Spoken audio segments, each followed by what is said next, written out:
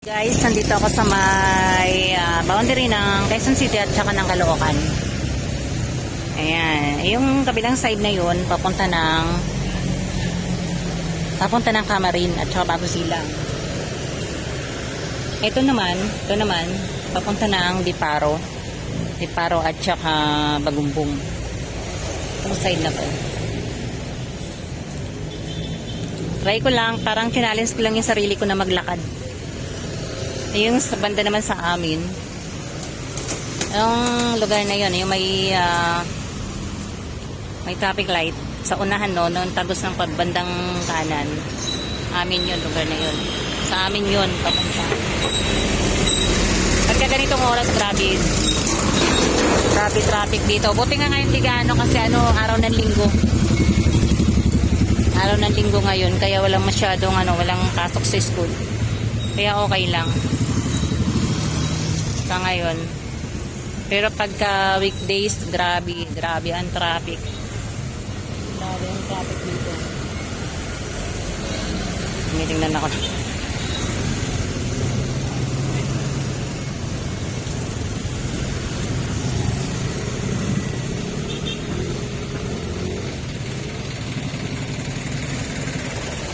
Itong na to, itong gasoline station na ito, matagal na to eh.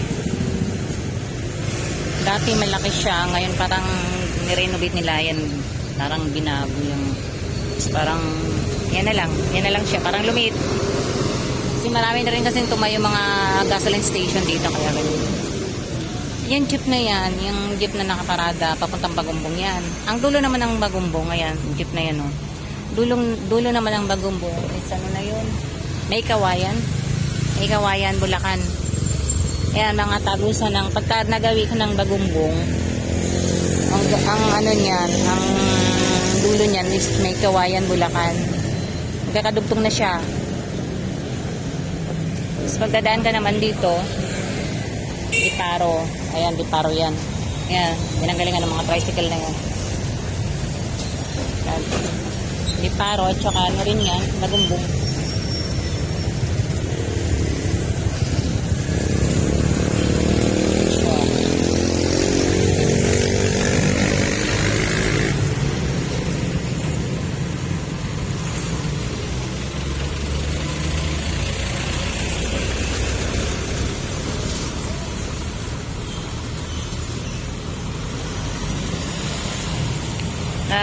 Nag-try lang ako guys, nag-try ako na walking challenge. Challenge ko lang sarili ko kasi